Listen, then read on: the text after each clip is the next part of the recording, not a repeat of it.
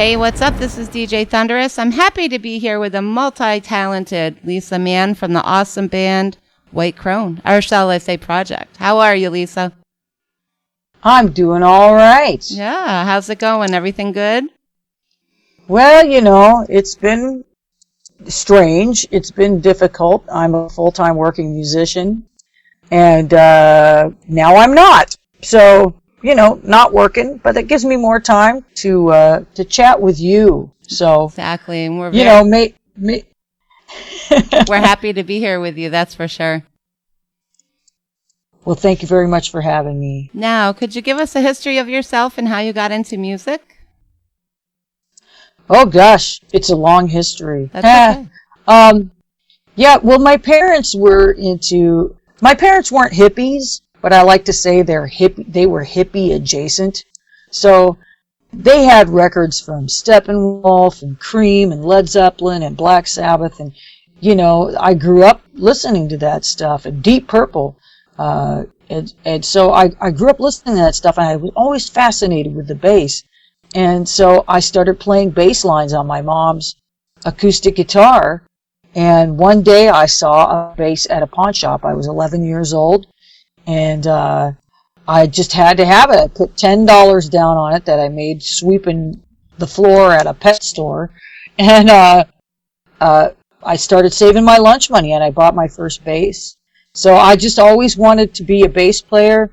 I thought Gene Simmons from Kiss was so cool. So it's like to be the singing bass player means you're cool. So I started doing that, and I was into heavy metal as a teenager, and then started working in bands in Top 40 and Top 40 Rock. And later on, I got into the blues scene and started playing blues. And I've been in the blues scene for a while and making my own CDs and writing music. But it wasn't too long ago, a few years ago, I got inspired to return to metal and to create The Poisoner. And that's why we're talking today. That's cool. Now, I did see you quote somewhere, from blues to rock and roll. Can you explain me your quote? I guess that had a baby and they named it rock and roll. I think that's kind of catchy.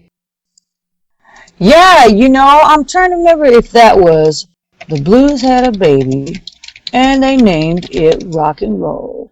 And that's a song. Let me see, who was it? Muddy Waters. It was okay. Muddy Waters. Trying to remember which record this is from. Yeah, it's a Muddy Waters quote, and it's a song. And he's, mostly more singing about, like he mentions, if I recall, like Ray Charles and James Brown and stuff. So he's more talking about, rhythm and blues artists. But I kind of take that all the way out to heavy metal, because it was, Black Sabbath started out as a blues band, and they were shuffling, man. And, and Led Zeppelin too. They were notorious actually for stealing some of Willie Dixon's songs. So, that's where it all came from. That's the heart and soul of rock and roll. That's cool. Now, have you had very many struggles, being a female playing the bass and being a vocalist? Oh, yeah. It's gotten a lot better. That's for sure. I mean, I remember when I was younger and, I'd go into a music store and nobody would help me out. And I'd finally have to tap somebody on the shoulder and say, hey, I'm not here waiting for my boyfriend, I'm actually here to buy some strings. And then working in nightclubs and, there's been some club owners that get a little too close, shall we say. And you just have to put up, back in the day, we just put up with that shit. Because, oh, pardon my French, we just put up with that stuff. That shit. It's okay. It's okay, because you're internet radio. Yep. We put up with that shit because we didn't want to get fired. But, now I'm older. I've been around. People know who I am around here, at least anyway. And so, I've gained a modicum of respect, and I haven't really run into that kind of nonsense in a while. Now, was it hard for you to transition from blues to rock and roll, or did it, the blues just have a baby? No. No. Well, the thing is I started in metal in the 80s. Mm-hmm. And I actually played in a crossover band called Dead Conspiracy. And I was their first bass player. We did a few gigs at this notorious club called the Satyricon in Portland, Oregon. And so, after that I got into top 40 rock, and, we'd play like, Metallica tunes in nightclubs, just to keep the crowd happy. And, and then later on I started playing blues, and that's when it was actually the transition from rock to blues was kind of like, oh, so these John Paul Jones bass lines, that's blues. Okay. So when I started playing with blues artists, I was going, oh, wait a minute. All this stuff that I learned playing Deep Purple and Black Sabbath and stuff, that came from the blues. So it was actually that was the more interesting transition. And then going back to metal, it's just, the thing is it's in my bones. I lived it. I loved it. I listened to all that stuff day in and day out. I sang along. I mean, I played along and sang to my Iron Maiden records, and that's how I really learned how to play and sing, And Merciful Fate, and Manowar, and Dio. I was really into Judas Priest, and all that kind of classic stuff. So it wasn't, there was no transition at all. It's just, I don't know. It just started coming out. Yep. And what about the drums? I see that you played the drums as well.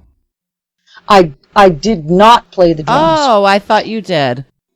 Okay. No. Actually, I played almost all the guitars on the album. And, of course, I played all the bass and did the vocals. But I had a guest guitar player do some solos. Mehdi Farjami did a couple of solos. They're really smoking stuff.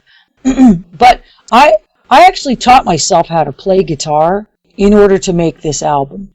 But I tried to learn how to play the drums well enough. It just wasn't happening. Okay, maybe that's what I saw. Happen. I know I saw something mentioned somewhere that you bought a drum kit and you bought. I did. Okay, got it. That's what I saw. So I wrote the drum parts.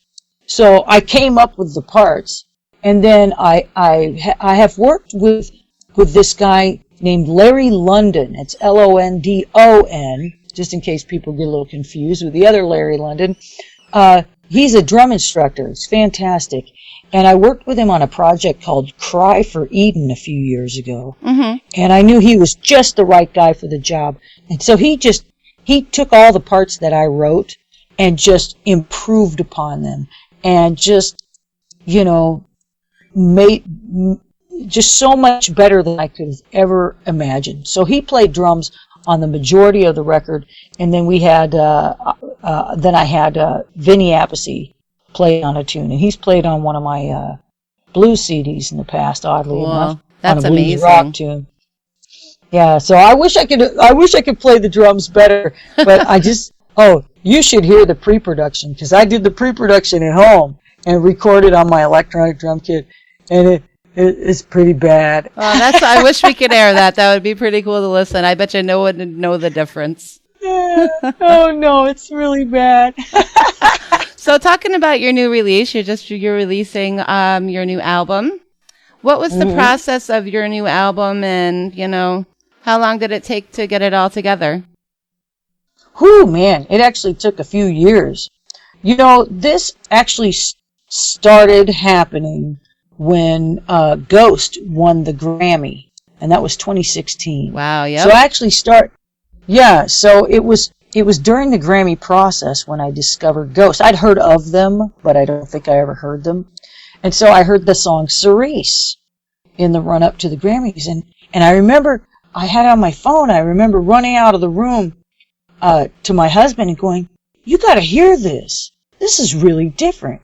This is really weird," And so I started getting into the band more, and I was just impressed with the songwriting and how different it was and strange and just all these different influences. And it literally occurred to me one day, oh, you mean you can do whatever the fuck you want? oh, okay. So I can just play whatever kind of music I want and record whatever I want. Because, you get into these, as an artist, you get into this idea that, you've cultivated this image, you've cultivated this fan base, and okay, everything you've got to do has got to be for that. But, we've seen other artists there's like a lot of rock artists doing blues albums now. Mm-hmm. It's like, if there's something you want to do, life ain't so long. So, if I've got a friend, David Vest. He's a contemporary of Jerry Lee Lewis, a piano player, and he told me once. He said, "Don't die with the songs still inside you." Ooh. So I just felt like this dam unleashed, and so I'd be driving down the road, going to the store, or washing my hair, or taking a walk, and I'd hear melodies in my head. I would hear these songs just coming up, these melodies, these lyrics, and I would have to sing them into my phone. And pretty soon I had this whole pile of these little recordings piling up in my computer. So my husband set me up with a recording program, Samplitude, and I started just putting these songs together, piece by piece by piece. Pretty soon I was like, uh-oh, I got to get a 7-string guitar. I got to play these parts. Uh-oh, I got to get a drum kit so I can play these parts. And so I just did all the pre-production at home. And then finally I was like, I've got a whole album here. I better get in the studio. And that's what I did. I got in the studio with Kevin Hahn over at Opal Studio in Portland. And he's the guy who's recorded quite a few of my blues CDs. And he's a rock guy, too. He's got a hard rock background, too. Cool. And, so you'd be surprised. There's a lot of blues people with hard rock and heavy metal backgrounds, too. Oh. So, it just was like, let's just get it done. Let's just make this happen and roll the dice. I don't know what's going to happen, but I have to get this out. All right. It has to come out. Let's get a track out here. Here's The Dream of Tiamat. Crank it up.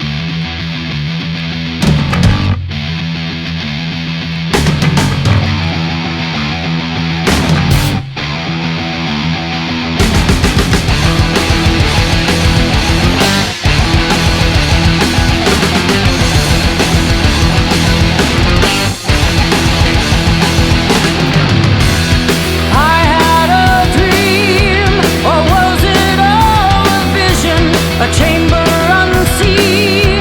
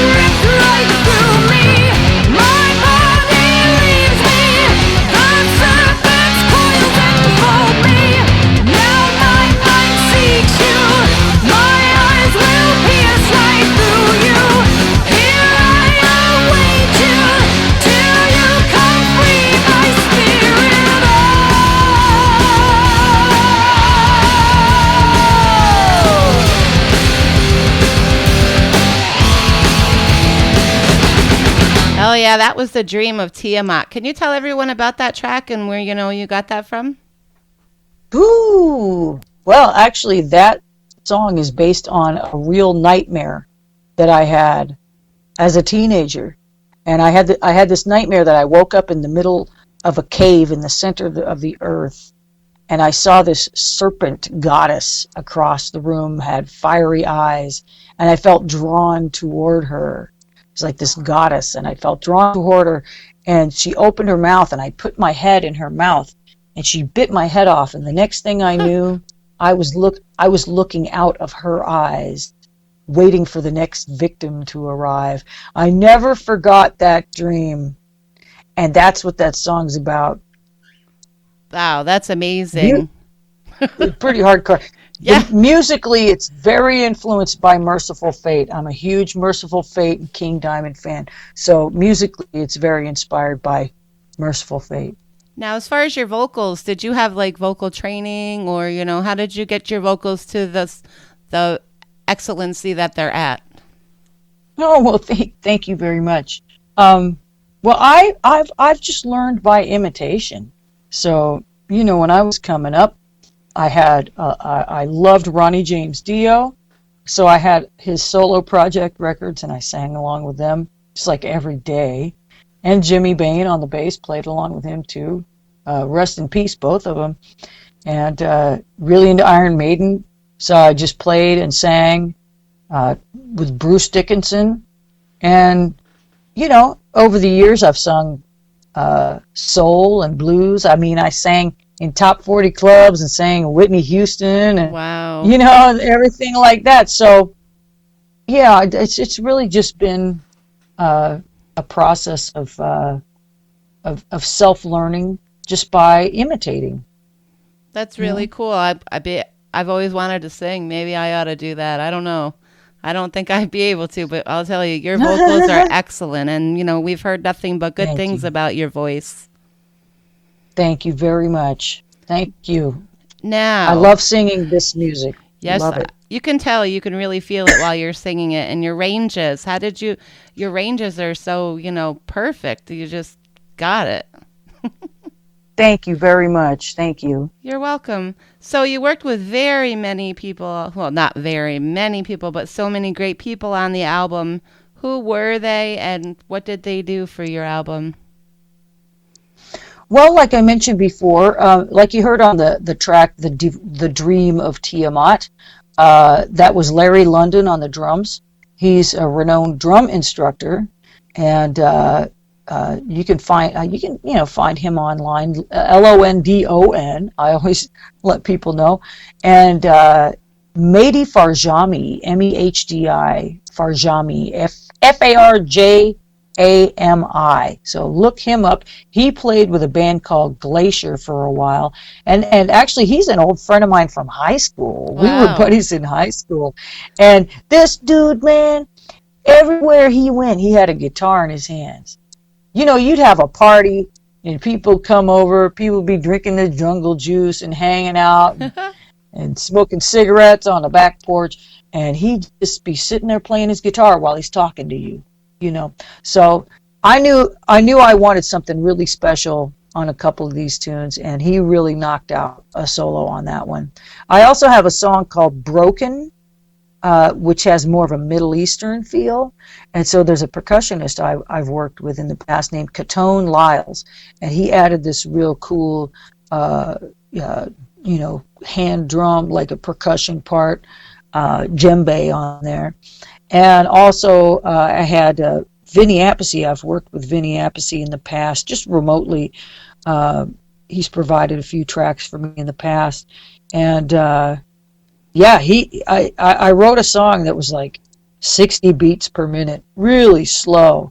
And nobody can deliver like a slow, heavy beat like Vinny Appice. He was like my favorite drummer coming up, with Dio.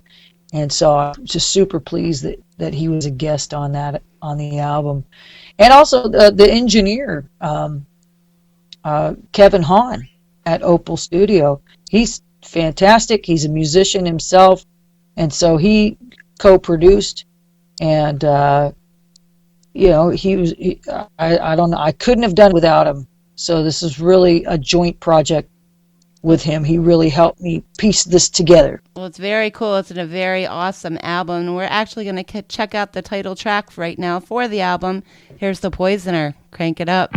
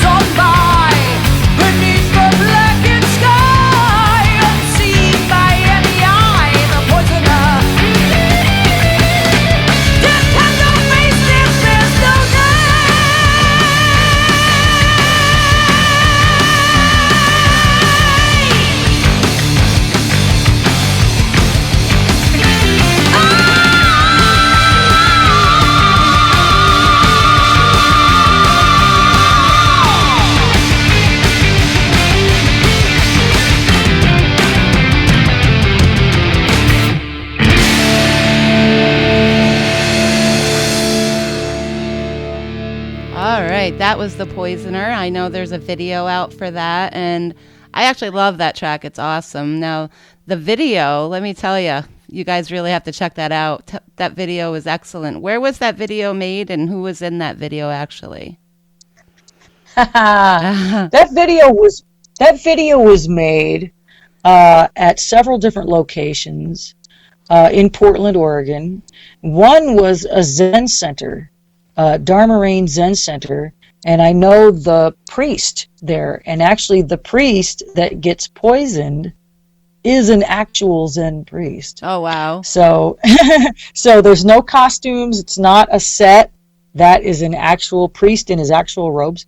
And then a friend of mine has a Victorian home, and she has some, Victorian decor and stuff. And she was kind enough. That's my friend Catherine. She was kind enough to be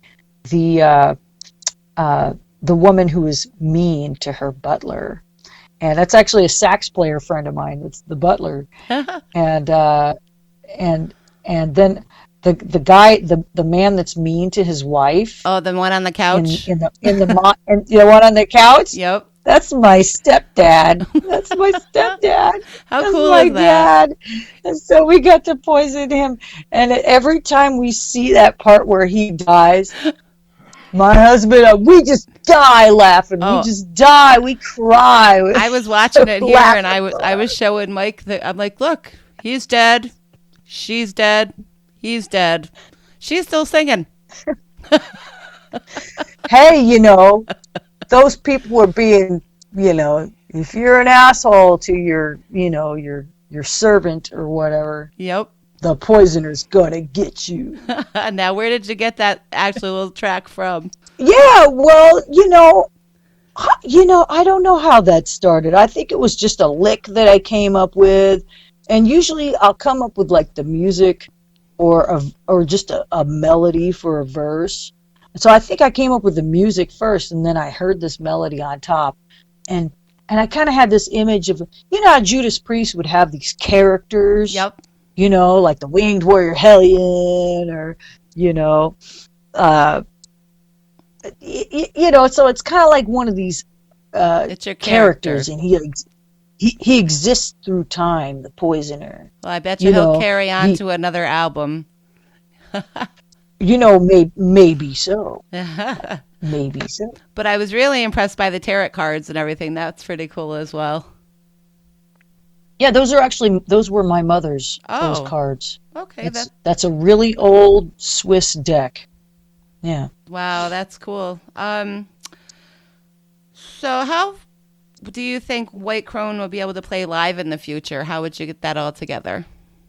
If you wanted to. Oh, yeah. I've been doing live music for a long time for a living. And so, a lot of people, they think you got to get a band and you got to rehearse a band and rehearse a band and rehearse a band. And then maybe someday you'll get a gig.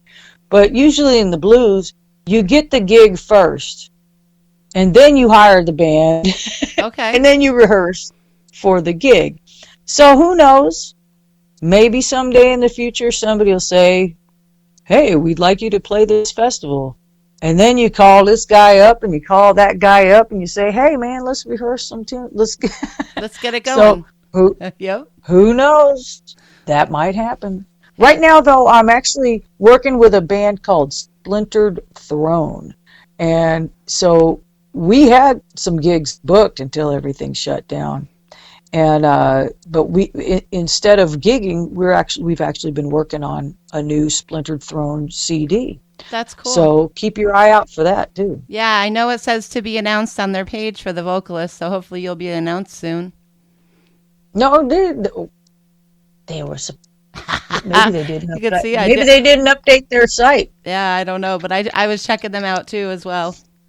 Yeah. And I was like, well, maybe I won't mention it unless she mentions it. So that's really cool that you have another, project that you're working on. Yeah, they're great guys, great musicians. And, it's been hard because we can't be in the same room, but we've just been, sending files on Dropbox and discussing things over Messenger and over the phone and Zoom, having Zoom meetings and stuff. So we've been able to write a lot of tunes remotely. It's actually pretty cool. That's really cool. All right, well, we're going to check out your last track here off the new album, The Prisoner. Here's Under Hag Stones. Crank it up.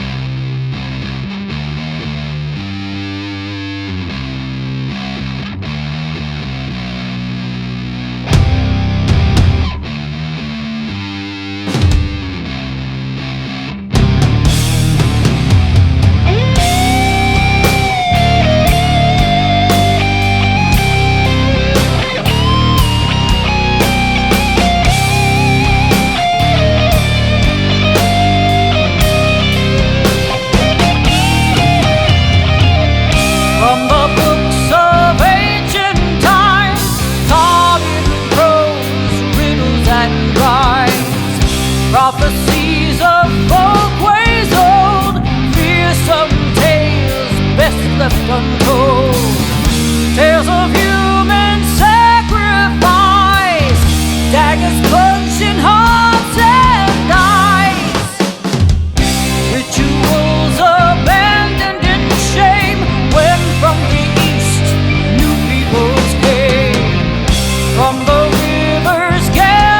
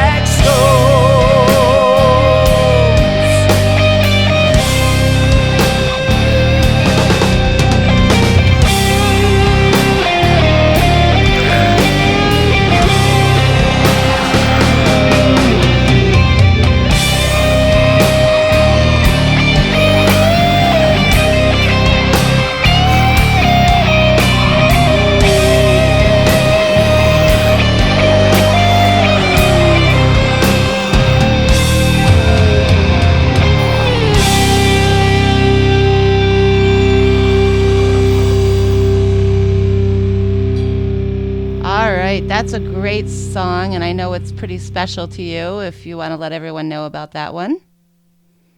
Aha, yes. It's from the Poisoner album, Under Hag Stones. Hag stones are like round river stones that have a hole through them. And so ancient peoples have long thought that those stones had magical significance and could ward off evil.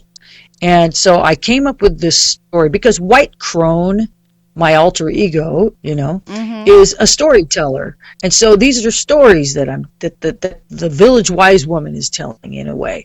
And so this is about an ancient evil, zombie curse where you had these people were going to come out of their graves in ancient times. And so they put these stones on top to stop them from coming out.